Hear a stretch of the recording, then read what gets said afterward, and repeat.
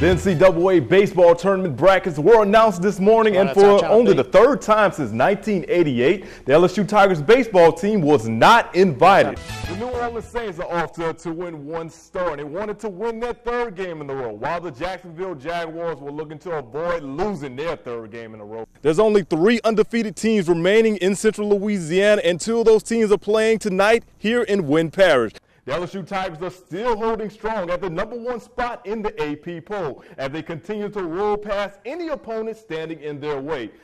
Since losing their first game of the season, the Alexandria Aces have not only bounced back, but they've won 6 in a row and are sitting comfortable in first place of the Texas Collegiate League. The LSU Tigers continue the dominance of Southeastern Conference teams in bowl games for the 2010 season with their 41-24 victory over the Texas A&M Aggies here in the 75th edition of the AT&T Cotton Bowl.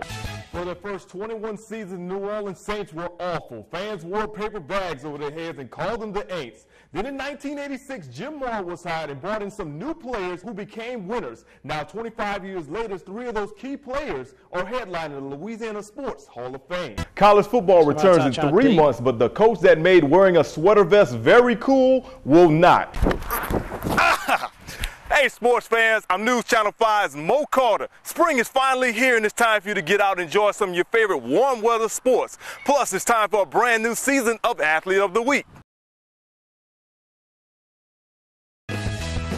Since getting off to a 6-1 start in the Texas Collegiate League, the Alexandria Aces have lost 17 of their last 18 games. And after last night's defeat to the Brazos Valley Bombers, the Aces lost something even more important: their head coach, Mike Burns. After speaking to Coach Burns this afternoon, Channel 5 Sports learned that his decision to resign occurred after Aces co-owner Eric Moran asked him to take a pay cut. Attendance and on-field productivity factored in Moran's decision, but were not the main initiative. Burns stated, "It wasn't something I wanted to do, but my daddy always told me if you hire a man to mow your lawn and you tell him you'll pay him $2, then you pay him $2, not $1. Yes, during Coach Rogers' speech, the fire alarm did go off, and SID Will Tubbs asked if everyone could continue everything outside. So we did, and everything was finished on the sidewalk. The boys basketball players are heating up as well, and one of our local teams, the Pineville Rebels, are playing the role of Cinderella. They have traded in the glass slippers for a pair of Nikes, and as the 22nd seed, the Rebels have pulled upsets over higher-ranked opponents and will face Class 5A's #3 seed, the John Ehret Patriots, in the quarterfinals. Coach Corey Simon says the Patriots will be physical and will be a very tough opponent. His team will be ready and knows at this time of the year anyone can be beaten. But the Paris rivalry between these two runs deep, right? That's right, Lizzie. Bunky and the Balls. I was told these two teams do not like each other, and Bunky was the host of the Balls for their homecoming. Oh, man. Who does that? Well, I guess All Parish does. A Balls High School early on. Jontrell White goes in for a 15-yard touchdown. 2-point conversion is good. The Mustangs lead 8-0. You know they're off to a 3-0 start, one of their best starts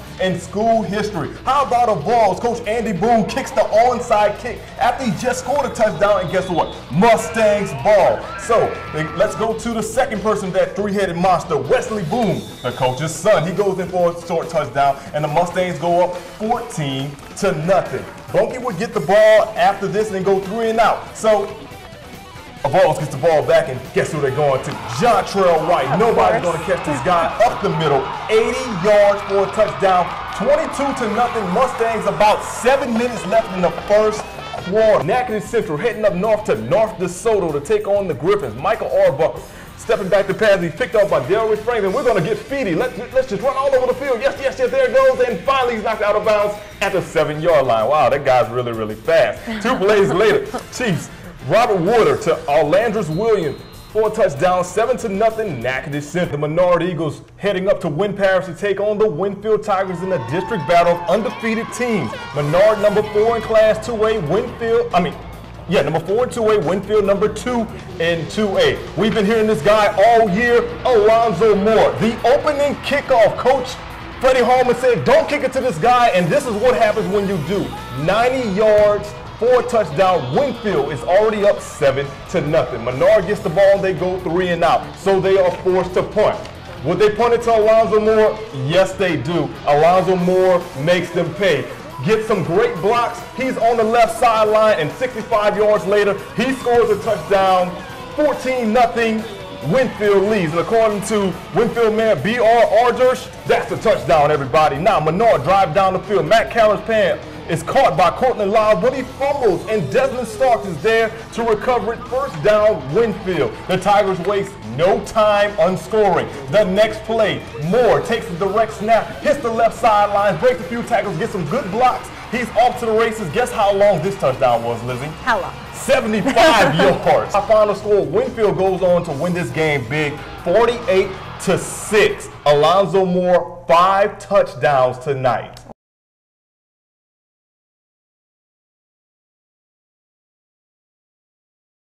This is the Ben McLaughlin we all know. Louisiana College's All-American quarterback who led the Wildcats to consecutive winning seasons. He is the American Southwest Conference's all-time leading passer and up for the Gagliardi Trophy, college football's Heisman Trophy for Division III. On the field, Ben is known as a wonderful leader, great teammate, and the ultimate student athlete. This fall, Ben became a very busy man with even a busier schedule.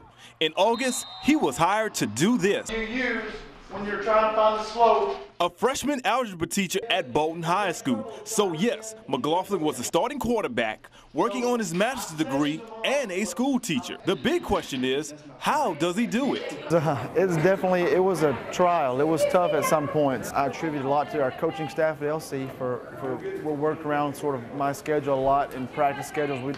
We had to work around that, and then Bolton worked around a lot of the football stuff. So it was a lot of the powers that be that really accommodated this unique situation. On Monday, Bolton High School showed him appreciation and honored him for his hard work on the field and in the classroom. He's just phenomenal with each and every one of them. They really enjoy his class, and if you remember what being a 9th grader is like, enjoying Algebra 1 can be quite challenging sometimes. He has been a great inspiration to me. He's a football player and I'm a football player. Every time I get down, he just pulls me up, every time. And like, I never be stressed. He always help me out. Most of us here at Bowdoin, we look up to him because he's a college student and, you know, he's a great teacher. We love him. And when it comes to McLaughlin, no matter if you're his teammate, his faculty member, or his student, everyone says the same, that Ben McLaughlin is just a great person. On your side from Bolton High School, Mo Carter, News Channel 5 Sports. Emmanuel Arceneaux is the newest athlete from Sinla to make it to the National Football League. But Emmanuel's journey to the league has been tough. In high school, he didn't play a down for 3 years and almost gave it up. I made the most of my senior year, and what made it even tougher when you're talking about adversity was on my birthday. I broke my arm in Wiseman, and I was able to come back. That game I came back was against Ash, and man, it was an embarrassment. That week, man, had taught me a lot just to build my courage back up, to believe in myself. I was able to earn a scholarship to where I was able to attend Alcorn State University. At Alcorn, Emmanuel competed against 12 other wide receivers for playing time. So Arceneaux made a change for the better and ran track.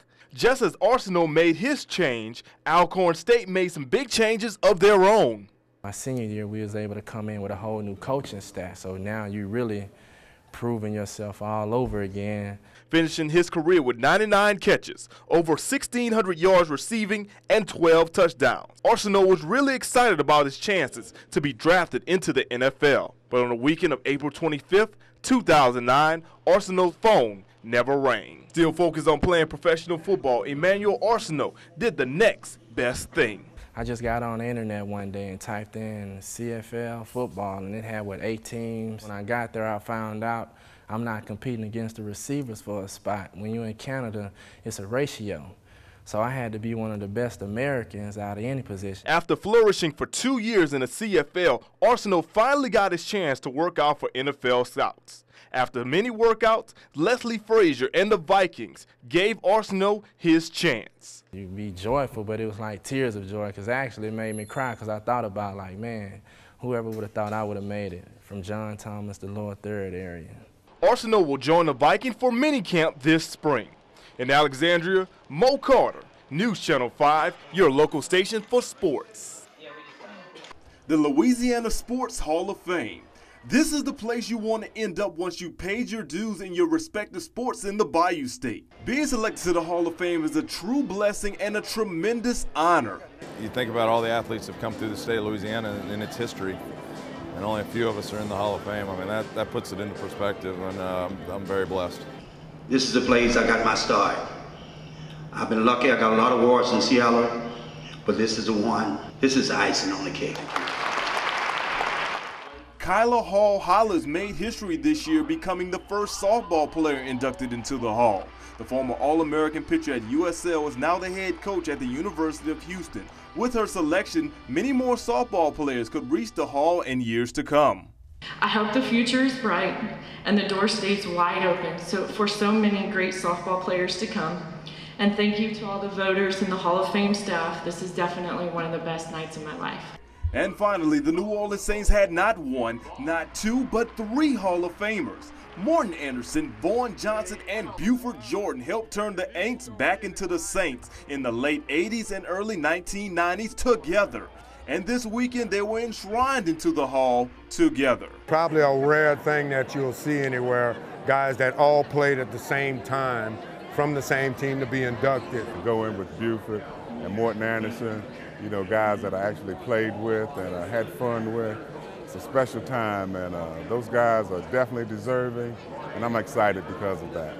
In Natchitoches, Mo Carter, News Channel 5, your local station for sports.